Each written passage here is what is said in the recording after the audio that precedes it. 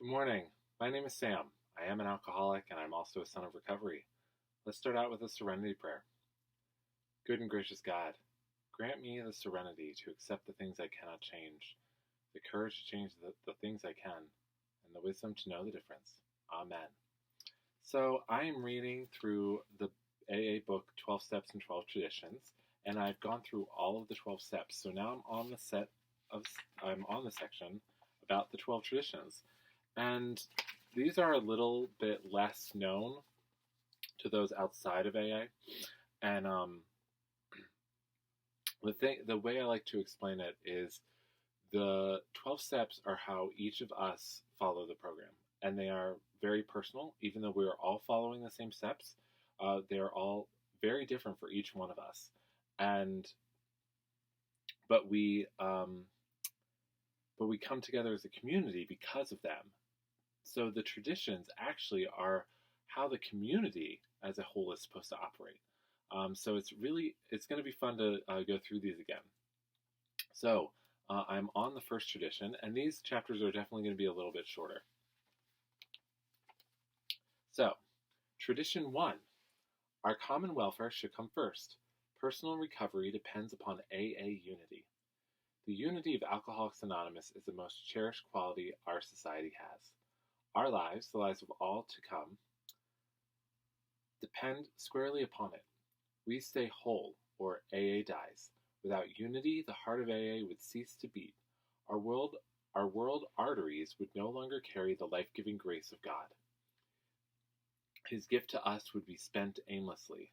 Back again in their caves, alcoholics would reproach us and say, "What a great thing AA might have been." Does this mean, some will anxiously ask, that in AA the individual doesn't count for much? Is he to be dominated by his group and swallowed up in it? We may certainly answer this question with a loud no. We believe there isn't a fellowship on earth which lavishes more devoted care upon its individual members. Surely there is none which more jealously guards the individual's right to think, talk, and act as he wishes. No AA can compel another to do anything. Nobody can be punished or expelled. Our 12 steps to recovery are suggestions. The 12 traditions, which guarantee AA's unity, contain not a single don't. They repeatedly say we ought, but never you must. To many minds, all this liberty for the individual spells sheer anarchy. Every newcomer, every friend who looks at AA for the first time is greatly puzzled. They see liberty verging on license. Yet they recognize at once that AA has an irresistible strength of purpose and action. How, they ask, can such a crowd of anarchists function at all? How can they possibly place their common welfare first? What in heaven's name holds them together? Those who look closely soon have the key to this strange paradox. The AA member has to conform to the principles of recovery. His life actually depends upon obedience to spiritual principles. If he deviates too far, the penalty is sure and swift. He sickens and dies. At first he goes along because he must, but later he discovers a way of life he really wants to live. Moreover, he finds he cannot keep this priceless gift unless he gives it away.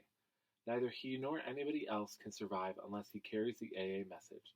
The moment this 12-step work forms a group, another discovery is made, that most individuals cannot recover unless there is a group. Realization dawns that he is but a small part of a great whole, that no personal sacrifice is too great for preservation of the fellowship.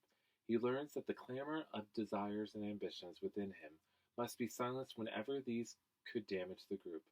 It becomes plain that the group must survive or the individual will not. So, at the outset, how best to live and work together as groups become the prime question. In the world about us, we saw personalities destroying whole peoples. The struggle for wealth, power, and prestige was tearing humanity apart as never before.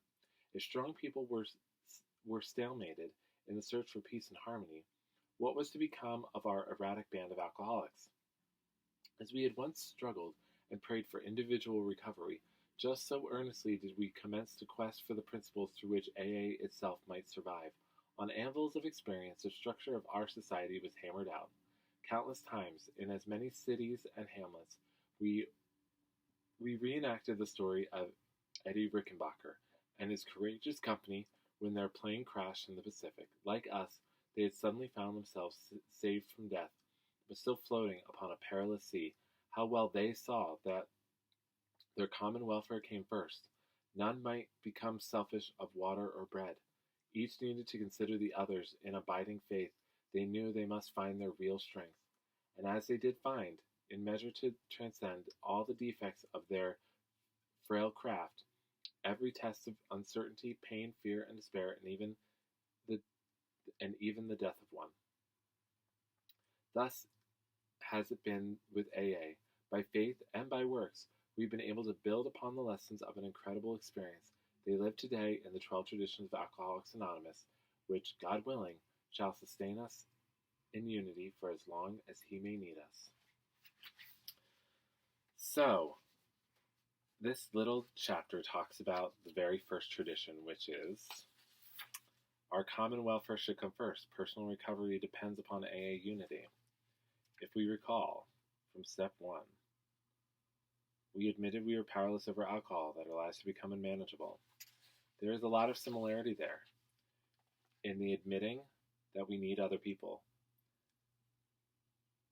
and that we need to be, and that as we journey through Alcoholics Anonymous, we realize that it's the group that also helps us and everyone's experience is there. As it says, we do not lose our individuality and who we are. We still make our own choices and still have our own thoughts and opinions about all the things that happen, because my story is not going to relate with everybody, but somebody's story is going to relate to yours.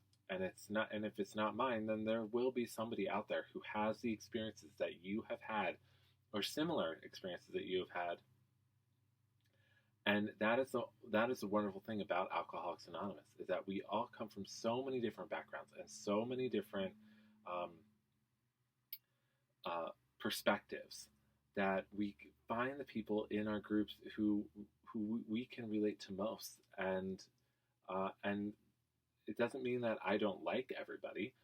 And in fact, sometimes I didn't like everybody in my group, but I still would have fought for them if they needed help for recovery.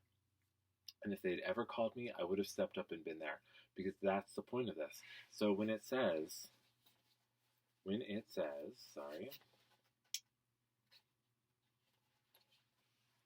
our common welfare should come first. Personal recovery depends upon our common welfare should come first. Personal recovery depends upon AA unity. It really does depend on the unity of the group. So with that, I'm going to leave you this morning with this little chapter, but I hope you have a wonderful day. Please leave any comments, questions, or thoughts. And as always, blessings and peace, love, and tea.